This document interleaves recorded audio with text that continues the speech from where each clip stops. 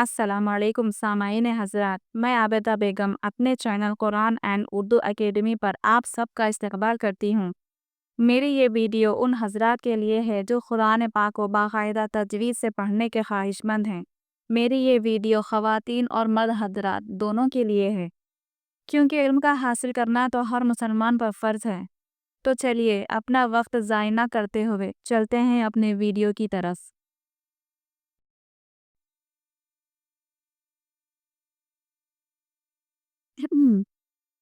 तख्ती नंबर 1 मुफ़रदात यानी कि हुरूफ़ तहज्जी। बिस्मिल्लाहिर्रहमानिर्रहीम। रब्बी यस्सिर वला तुअस्सिर वतम्मिम बिल खैर वबिका नस्तईनु या फत्ताहु रब्बी ज़िदनी इल्मा। हर काम से पहले अल्लाह ताला की मदद मांगना तो बहुत ज़रूरी है, ताकि अल्लाह ताला उस काम में हमारे लिए आसानी कर दें और उस काम में हमारे लिए कामयाबी अता फरमा दे।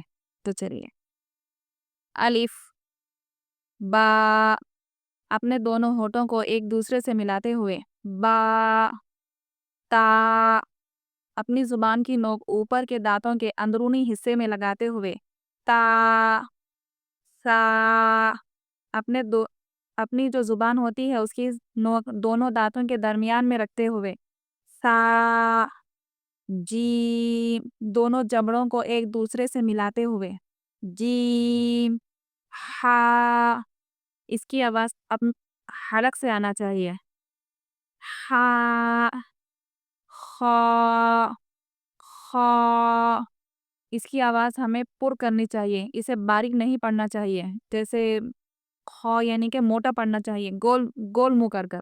खौ, फिर एक मर्तबा अलिफ, बा, ता, सा, आवाज़ महसूस हो रही होगी आप लोगों को। सा, बारीक आवाज़ आना चाहिए और ज़ुबान की नोक दाँतों के बीच में रहना चाहिए, थोड़ी-सी। सा, जीम, दोनों जबड़ों को जमा कर बोलना। जीम, हा, हलक से।